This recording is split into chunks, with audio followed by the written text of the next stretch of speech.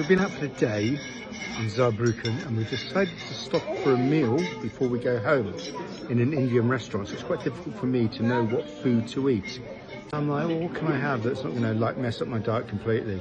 So I've opted for like an Indian vegetable soup, which I'm thinking is probably the best because there's no carbohydrates, no complex carbohydrates, and hopefully it will warm me up because it's a bit cold, but it's not going to mess up my diet. And that's the sort of thing you've got to do when you go out for a meal and you're doing a diet, is really kind of think about what can I have that's a little bit different from normal, so that you are treating yourself, but at the same time, you're not abandoning the principles of your diet. Emily's going for a korma,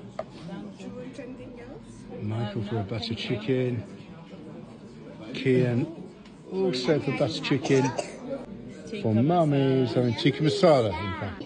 There are certain foods which make it much harder, and one for me is naan bread. Very hard to resist, one of my favourites. But, you know, body's temple, not having that sort of food anymore. So, just sticking to the soup. That'd be it for me. So here's what I'm having, the Indian vegetable soup, which looks pretty tasty. Test mine, then you would tell me. Look at them all enjoying their curries. Like seasoned professionals in eating Indian food, these kids. No having fish fingers or chicken nuggets for our kids. They're getting their proper food down them. Fair play to them.